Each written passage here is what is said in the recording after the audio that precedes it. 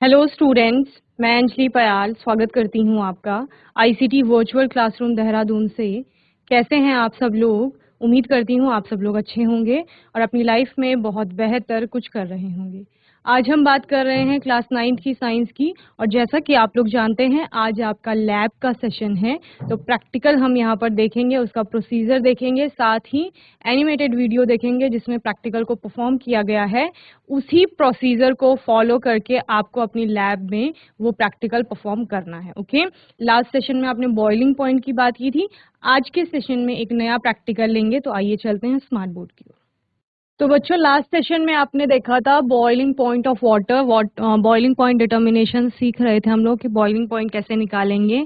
और हमने यहाँ पर वाटर का बॉइलिंग पॉइंट निकाला था, यानी जल का क्वथनांक आप लोगों ने यहाँ पर ज्ञात किया था। ओके, आज के सेशन में हम लोग बात करेंगे केमिकल रिएक्शंस की, यानी कि रासायनिक अभिक्रियाएं किस प्रकार से होती हैं वो यहाँ पर हम देखेंगे। ओके, तो कौन कौन सी केमिकल रिएक्शंस आएंगे? आपका टॉपिक है केमिकल रिएक्शंस, जिसमें आपका ऑब्जेक्टिव है to carry out the following reactions and classify them as physical और केमिकल चेंज। ओके, यहाँ पर आपको कुछ रिएक्शंस बताई गई हैं कि कुछ अभिक्रियाएं हो रही हैं और उनको आप किस में रखेंगे, वर्गीकृत करेंगे, किसमें? फिजिकल और केमिकल चेंज में, यानी कि भौतिक परिवर्तन में रखेंगे या रासायनिक परिवर्तन में रखेंगे। ओके, फर्स्ट है आपका burning of magnesium in air. Okay, वायु की उपस्थिति में मैग्नीशियम का जलना, इस परिवर्तन को आप देखेंगे यहाँ पर। ओके, तो केमिकल रिएक्शंस की बात कर रहे हैं, रासायनिक अभिक्रियाओं की।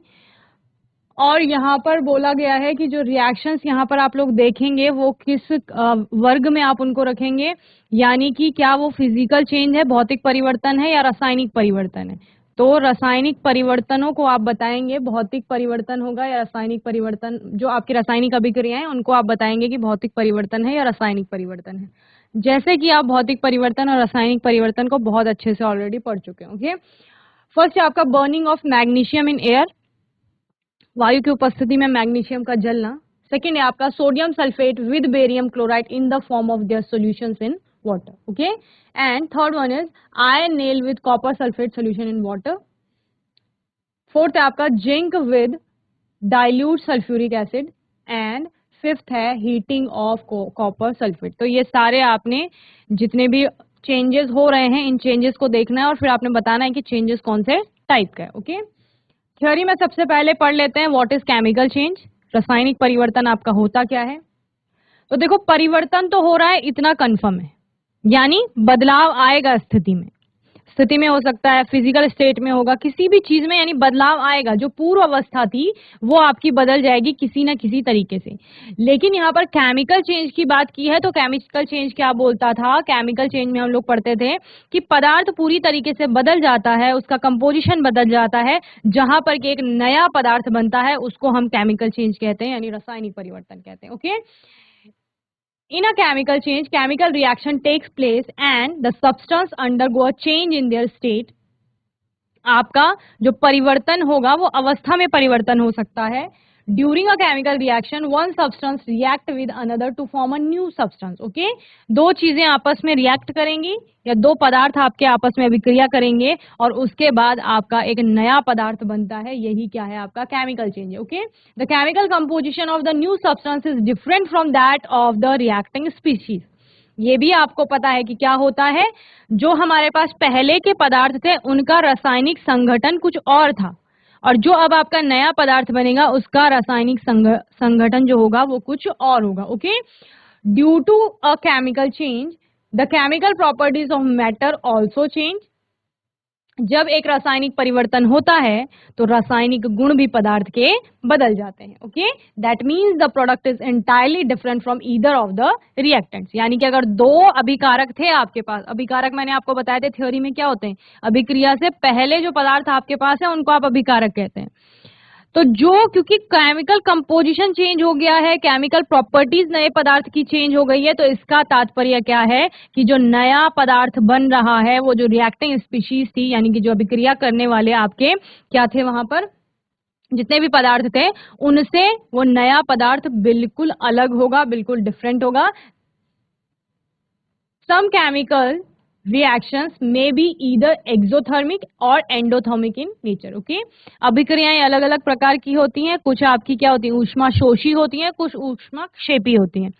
ऊष्मा शोषी जहां पर ऊष्मा जो हीट है आपकी वो एब्जॉर्ब हो रही है यानी अवशोषित हो रही है, और जो आपकी एक्सोथर्मिक होंगी यानी कि ऊष्मा क्षेपी होंगी उनमें आपका हीट क्या होगा इवॉल्व होगा. जैसे यहाँ पर आपको दिखाया गया है कि H मिलकर के HCl बना रहे, Cl फिर यहाँ HCl बनाया, तो हुआ क्या है H और Cl ने मिलकर H2 और आपका Cl2 है, इन्होंने 2HCl बनाया है. क्लियर, यानी 2 हाइड्रोजन के एटम थे, 2 क्लोरीन के एटम थे, यहाँ पर एक एक मॉलिक्यूल थे दोनों के, और उसने वो आपस में जुड़े और उनने जुड़ करके 2 हाइड्रोजन क्लोराइड के आपके मॉलिक्यूल यहाँ पर बनाए. ओके 2HCl यहाँ पर फॉर्म हुआ. तो ये क्या हो रहा है, ये केमिकल रिएक्शन हो रही है. 2 स्पीशीज थी, 2 रिएक्टिंग स्पीशीज थी, एक हाइड्रोजन था एक क्लोरीन था, दोनों आपस में मिले और दोनों ने HCl बना दिया. एक बिल्कुल इंटायरली डिफरेंट प्रोडक्ट आपका फॉर्म हुआ है जो हाइड्रोजन और क्लोरीन से बिल्कुल अलग है. वो क्या है HCl है. क्लियर, तो ये क्या हो रही है एक रासायनिक अभिक्रिया हो रही है जिसको आपने क्या कहा केमिकल चेंज है, एक रासायनिक परिवर्तन है. इसके अलावा what are exothermic and endothermic reactions, तो ये भी आपने पढ़े हैं जब आप रिएक्शंस के टाइप पढ़ रहे थे, तो वहां पर मैंने आपको बताया था ऊष्मा शोषी अभिक्रियाएं हैं जहां पर आप जब अभिक्रिया कराएंगे, सपोज हाइड्रोजन और क्लोरीन की जगह हम यहाँ ए और बी ले लेते हैं. ए और बी कोई रिएक्टिंग स्पीशीज है जो आपस में रिएक्ट कर रही हैं और रिएक्ट करके आपका सपोज ए बी कोई नया प्रोडक्ट बना रहे हैं. ओके लेकिन वहां पर क्या होगा, जब हमने ए और बी की बात की तो क्या हम अभिक्रिया कराते टाइम ए और बी को हीट दे रहे हैं, यानी आपने ऊष्मा दी क्या उनको. अगर आपने ऊष्मा दी तो वो ऊष्मा शोषी अभिक्रियाएं हुई. या जब ए बी एक नया प्रोडक्ट बना, ए और बी ने जुड़ करके ए बी बनाया, तो ए बी जब बना तो उसके साथ साथ हीट इवॉल्व हुई, क्या हीट उत्पन्न हुई, तो ये क्या हो जाएगा आपका ऊष्मा क्षेपी अभिक्रिया. क्लियर, तो in endothermic reaction a substance absorb energy in the form of heat and undergoes a chemical reaction. क्या होता है आपका जो एंडोथर्मिक रिएक्शंस होती हैं जिनको आप क्या कह रहे हो ऊष्मा शोषी अभिक्रियाएं कह रहे हैं, वहां पर ऊर्जा क्या होती है अवशोषित होती है, ऊष्मा के रूप में अवशोषित हो रही है, और क्या एक प्रकार का केमिकल चेंज वहां पर आपको देखने को मिलता है या केमिकल रिएक्शन वहां पर हो रही होती है. Now an example is the heat energy absorbed during a chemical change involved in cooking like baking a cake. Okay, जैसे आपने केमिकल चेंज कौन सा देखा है, खाना बनाना. तो खाना कब बन रहा है, जैसे आप बेकिंग करते हो तो क्या हो रहा है वहां पर हीट के रूप में आपकी एनर्जी जो है वो एब्जॉर्ब हो रही है, ऊष्मा जो है ऊर्जा के स्वरूप में वहां पर क्या हो रही है अवशोषित हो रही है. ओके तो हुआ क्या वहां पर आपने हीट दी, ऊष्मा दी, तभी तो आपका खाना बना, यानी रिएक्शन आगे बढ़ी, तो हीट क्या हुई वहां पर एब्जॉर्ब हुई. ओके इसके अलावा जब हम एक्सोथर्मिक रिएक्शंस की बात करते हैं, in exothermic reactions heat energy is released, वहां पर हीट एनर्जी क्या होगी रिलीज होगी, यानी ऊष्मीय ऊर्जा जो है वो उत्पन्न होगी. Explosion of fireworks is an example of exothermic chemical change. The explosion releases energy in the form of light. Okay क्या होता है जैसे पटाखे वगैरह जलाते हैं, यहाँ कई प्रकार के एक्सप्लोजन फायरवर्क्स होते हैं जो जहां पर क्या होता है बहुत ज्यादा मात्रा में क्या होता है लाइट भी वो क्या होती है उत्पन्न होती है, यानी प्रकाश भी होता है और साथ में आपकी क्या हो रही है हीट एनर्जी ऊष्मीय ऊर्जा भी उत्पन्न हो रही है. तो ये किस प्रकार के हैं, ये आपके एक्सोथर्मिक यानी ऊष्मा क्षेपी अभिक्रियाएं हैं. Okay now do you know what a photochemical reaction is, क्या आप जानते हैं फोटोकेमिकल रिएक्शन क्या होती है. तो फोटोकेमिकल रिएक्शन के बारे में हम लोग पढ़ेंगे. फोटो आपका लाइट के लिए बेसिकली वर्ड यूज होता है, जैसे आप फोटोसिंथेसिस भी पढ़ते हैं तो वहां पर भी फोटो किसके लिए यूज हो रहा है लाइट के लिए. तो वहां कौन सी लाइट है, सनलाइट की बात आप वहां पर करते हैं. सनलाइट की प्रेजेंस में क्या हो रहा है आपका जो प्लांट्स है वो अपना भोजन बना रहे हैं, तो इसलिए उसको फोटोसिंथेसिस कहा गया. यहाँ पर फोटोकेमिकल रिएक्शन कहा गया है. तो some chemical reaction do not take place in the dark but take place only in the presence of sunlight or other radiations. Such reactions are called photochemical reactions. Okay? जैसे मैंने आपको पहले ही बता दिया फोटो का मतलब क्या है लाइट, और सनलाइट की बात यहाँ पर हो रही है. तो कुछ रिएक्शंस ऐसी होती हैं या कुछ अभिक्रियाएं ऐसी होती हैं जो आपका लाइट की अब्सेंस में, जब प्रकाश अनुपस्थित है, आप कह सकते हो जब अंधेरा है तो उस समय नहीं होती हैं, वो सिर्फ प्रकाश की उपस्थिति में होती हैं. तो उनको ऐसे प्रकार की रिएक्शंस या ऐसे प्रकार की अभिक्रियाएं जो केवल आपके प्रकाश की या सूर्य के प्रकाश की उपस्थिति में हो रही हैं, उनको क्या कहा जाता है? फोटोकेमिकल रिएक्शन कहा जाता है। Okay, the most commonly known example is photosynthesis. सबसे ज्यादा कॉमन जो एग्जाम्पल है इसका वो क्या है? फोटोसिंथेसिस है, यानी प्रकाश संश्लेषण है। In which plants convert carbon dioxide and water into sugar using energy from sunlight and produce oxygen as a side product. Okay, क्या होता है इसमें? कार्बन डाइऑक्साइड, वाटर हो गया, सनलाइट, इन सभी की प्रेजेंस में आपका पौधे क्या होते हैं? अपना भोजन बनाते हैं और उत्पाद के रूप में क्या बनता है?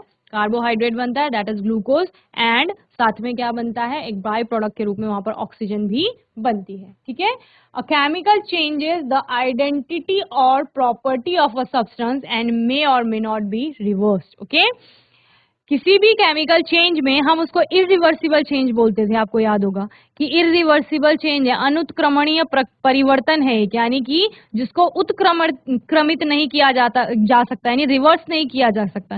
यानी प्राइमरी प्रोडक्ट जो था आपके पास, आप एग्जैक्ट वही प्राइमरी प्रोडक्ट नहीं प्राप्त कर सकते हैं, ऐसा आप इसमें पढ़ते हैं। ओके, कभी कभी मे or may not B. Okay, कभी कभी आप शायद रिवर्स कर पाए जब आप किसी और प्रोसीजर के थ्रू उसको बना रहे हैं। ओके, लेकिन जनरली आप केमिकल चेंज में यही पढ़ते हैं कि इरिवर्सिबल टाइप का चेंज होता है। जिससे आप बोलते हो कि खाना पक चुका है, तो क्या पके हुए भोजन से वो वापस वही इंग्रेडिएंट्स प्राप्त कर सकते हैं? तो नहीं कर सकते हैं, तो ये इरिवर्सिबल चेंज है। Okay, then example of some irreversible chemical change. कुछ इरिवर्सिबल केमिकल चेंज के एग्जाम्पल यहाँ पे हैं, जैसे कंबशन ऑफ फ्यूज, ईंधन का दहन किया जाता है। जब ईंधन को जला लिया, जैसे लकड़ी जल गई है, तो जलने के बाद वापस लकड़ी थोड़ी प्राप्त कर सकते हैं, तो ये इरिवर्सिबल केमिकल चेंज है, यानी अनुत्क्रमणीय रासायनिक परिवर्तन। Okay, in combustion reaction the fuel burns with an oxidising agent such as oxygen or fluorine to form new products.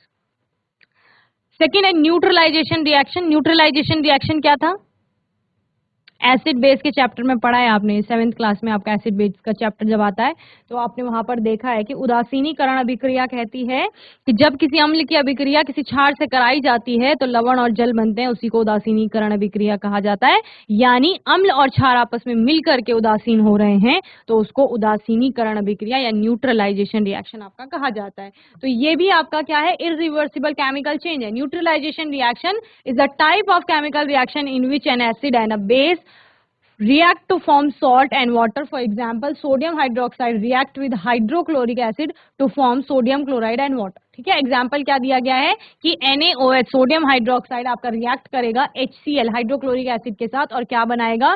Sodium chloride, जो कि आपका लवण है, NaCl, जिसको आप साधारण नमक भी कहते हैं, वो बनेगा और साथ में क्या बनेगा? वाटर बनेगा आपका। Okay, this reaction is highly exothermic. ये भी ऊष्माक्षेपी अभिक्रिया होती है, और ऊष्माक्षेपी अभिक्रिया में आपने क्या बोला? हीट एनर्जी इवॉल्व होगी, यानी ऊष्मा उत्पन्न होगी। यानी जब आप अभिक्रिया कर रहे होंगे, सपोज आप किसी बीकर में अभिक्रिया कर रहे हो, टेस्ट में रिएक्शन लगा रहे हो, तो आपकी वो टेस्ट ट्यूब या वो बीकर क्या हो जाएगा? गर्म हो जाएगा, क्योंकि एक्सोथर्मिक रिएक्शन हो रही है वहां पे, which means it releases heat in the form of energy. Okay, rusting of iron. Rusting of iron भी क्या है? आपका इरिवर्सिबल चेंज है।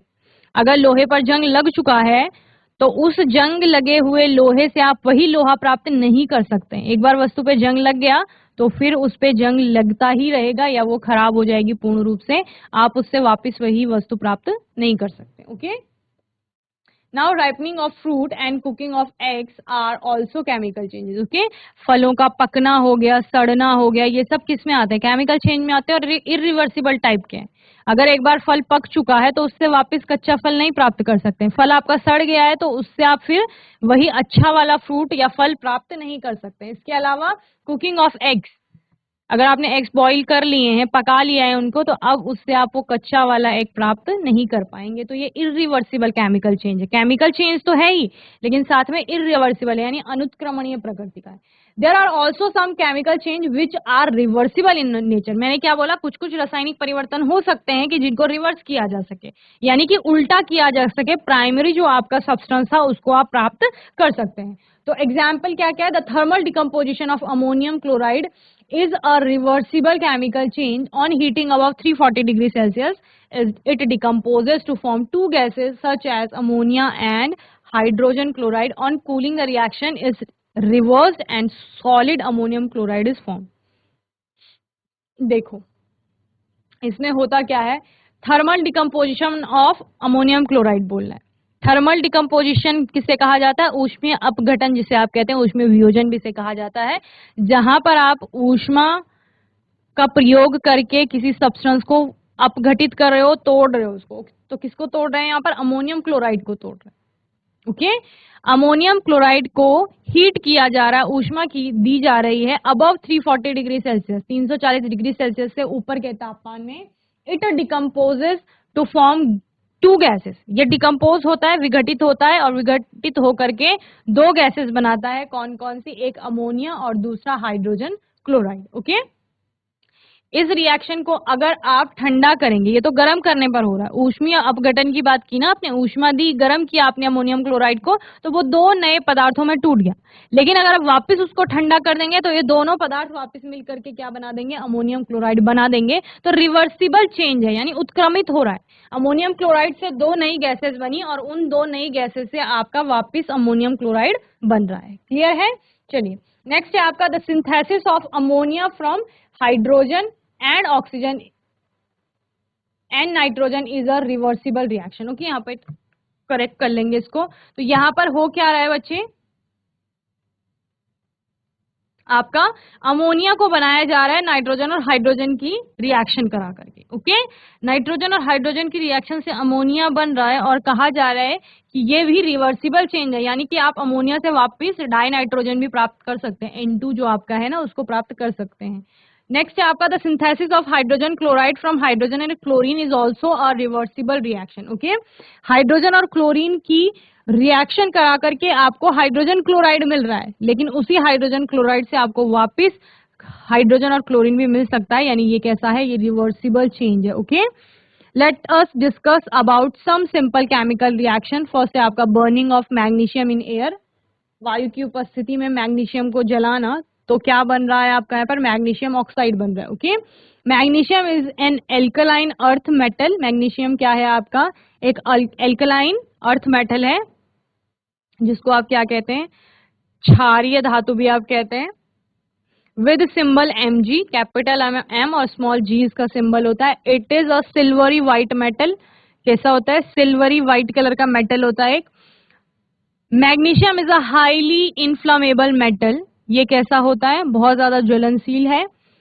And it is easy to ignite its powdered form और थिन स्ट्रिप, और बहुत आसान होता है इसके पाउडर को, इस मेटल का जो पाउडर फॉर्म में आप कन्वर्ट कर लेंगे या इसकी पतली पतली स्ट्रिप बना देंगे, उनको जलाना. ओके, इग्नाइट का मतलब क्या होता है, इग्निशन टेम्परेचर, यही वर्ड है इग्नाइट, इग्निशन टेम्परेचर यानी जलाना basically. Okay, magnesium burns in air by taking oxygen from air to form magnesium oxide and it is basic in nature. Okay, क्या कहा गया है यहाँ पर, देखो हमने वायु की उपस्थिति बोला है ना, जहां भी वायु की उपस्थिति वर्ड लिखा जाता है इसका मतलब है बात हो रही है ऑक्सीजन की. तो यहाँ पर भी हमने बोला burning of oxygen in air, यानी कि मैग्नीशियम क्या है, इन एयर का मतलब ऑक्सीजन से रिएक्ट करेगा. तो मैग्नीशियम वायु में उपस्थित ऑक्सीजन के साथ अभिक्रिया करता है और अभिक्रिया करके क्या बनाता है, मैग्नीशियम ऑक्साइड बनाता है. और मैग्नीशियम ऑक्साइड कैसे नेचर का है, आपका बेसिक नेचर का है, यानी क्षारीय प्रकृति उसकी होगी. क्लियर है. चलिए, तो ये पहला प्रैक्टिकल आपका यही है, burning of magnesium in air. तो इसके प्रोसीजर पे चलते हैं, आपको करना क्या है. देखो, burning of magnesium in air, सबसे पहले मटेरियल रिक्वायरमेंट लिखते हैं आप लोग, क्या क्या मटेरियल रिक्वायर्ड है आपके लिए. रेड लिटमस पेपर आपको एक चाहिए. क्यों चाहिए लिटमस पेपर, क्योंकि लास्ट पॉइंट आपका था कि इसका बेसिक नेचर होता है, तो बेसिक नेचर लिटमस से ही टेस्ट करेंगे. मैग्नीशियम रिबन चाहिए आपको एक, चाइना डिश चाहिए, सैंड पेपर चाहिए, टोंग चाहिए एंड बॉन्सन बर्नर चाहिए. ओके, ये सारी चीजें आपको लगेंगी. चलिए अब क्या करेंगे, लैब प्रोसीजर क्या है आपका. एक्सपेरिमेंट में देखिए, सबसे पहला क्या है, take a piece of magnesium ribbon and rub it with sandpaper to remove dirt from its surface. आपने क्या करना है, आपने कुछ नहीं करना. जो ये मैग्नीशियम रिबन यहाँ पर दिखाई गई है ना, ये मैग्नीशियम रिबन की एक स्ट्रिप ले लेंगे. अब उसको क्या करेंगे, इस सैंड पेपर से रब करेंगे. रब क्यों कर रहे हैं, क्योंकि उसमें किसी भी प्रकार की डर्ट हो सकती है, डस्ट हो सकती है, तो उसको साफ करने के लिए आप किसका यूज कर रहे हो? सैंड पेपर का यूज कर रहे हो। ओके, अब ऑब्जर्वेशन में आपको क्या दिखता है? ऑब्जर्वेशन बताता है, प्रेक्षण आपको क्या है? It looks silvery white. जब वो साफ हो जाएगा तो वो आपको कैसे दिखेगा? सिल्वरी व्हाइट कलर का दिखेगा। ओके, इन्फरेंस में क्या होगा? Colour of magnesium metal is silvery white. Okay, last में आप क्या लिखेंगे कि हमने क्या इन्फरेंस में क्या आएगा कि मैग्नीशियम रिबन का जो कलर है या मैग्नीशियम मेटल का जो कलर है वो कैसा है? सिल्वरी व्हाइट कलर होता है। क्लियर? चलिए सेकेंड, अब क्या करेंगे? फर्स्ट स्टेप में क्या, सेकेंड स्टेप में क्या करेंगे? Hold the magnesium ribbon with the help of a pair of tongs, light the magnesium and collect the ash of burned ribbon in a china dish. अब क्या करेंगे आप लोग? जो आपने मैग्नीशियम रिबन को साफ कर रखा है सैंड पेपर से, उसको स्टोंग की हेल्प से पकड़ लेंगे, डायरेक्ट हाथ से नहीं जलाएंगे, और फिर जलने के बाद उसकी जो ऐश निकलेगी, ठीक है, राख, उसको आप कलेक्ट कर लेंगे किसमें? एक चाइना डिश में। होगा क्या? ऑब्जर्वेशन में क्या होता है? It burns brilliantly and a white ash is left behind. Okay, क्या होगा? ये जलेगा, व्हाइट फ्लेम के साथ जलेगा brilliantly and a white ash is left behind, और सफेद कलर की राख आपकी बच जाएगी। ओके, इन्फरेंस में आपका आएगा magnesium burns in air to form magnesium oxide. इससे क्या निष्कर्ष निकाला आपने? कि मैग्नीशियम जो है वो वायु की उपस्थिति में ऑक्सीजन से अभिक्रिया कर रही है वहां पर, और मैग्नीशियम ऑक्साइड फॉर्म कर रही है।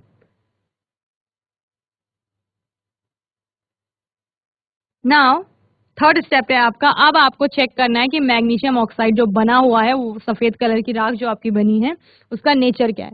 Take a moist red litmus paper and bring it contact with the white ash of MgO। Okay, अब आप क्या करेंगे? जो सफेद रंग की राख है उसको, उसके पास आप किसको लाएंगे? मॉइस्ट लिटमस पेपर जो आपका है रेड कलर का, यानी कि लाल रंग का जो नम आपका लिटमस पत्र है, उसको आप राख के संपर्क में लाएंगे तो आपको क्या दिखता है? Red litmus paper turns blue. लाल लिटमस पत्र नीला हो जाता है। दैट मीन्स लाल लिटमस को नीला कौन करते हैं? क्षार करते हैं। तो ये MgO जो है, मैग्नीशियम ऑक्साइड जो बना है, उसकी प्रकृति कैसी होगी? क्षारीय प्रकृति होगी। ओके, ये नोट कर लेंगे आप लोग जल्दी से। तो बच्चों, मैं उम्मीद करती हूँ आज का सेशन आपको समझ में आया होगा। आज हमने एक नया प्रैक्टिकल देखा जिसमें हम केमिकल रिएक्शंस के बारे में पढ़ रहे हैं, और केमिकल रिएक्शन में केमिकल चेंज के बारे में हम लोगों ने बात की।